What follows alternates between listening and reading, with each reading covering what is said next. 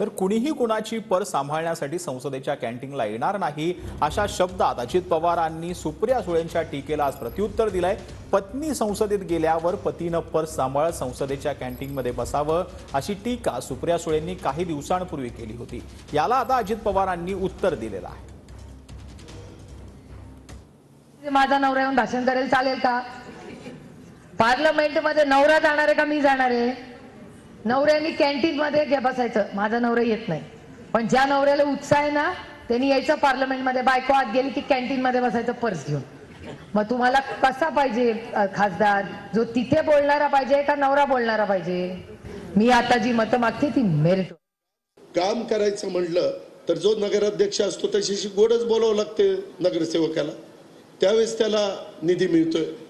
जे मुख्यमंत्री असतात त्यांच्याकडनं कामं करून घ्यायची असेल तर आमदाराला त्यांच्याशी जरा नीटपणेच बोलावं लागतं।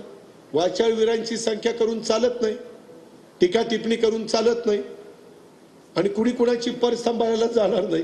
तुम्ही ती काळजीच करू नका। काय बोलतात, काय करतात, काय आपण बोलतो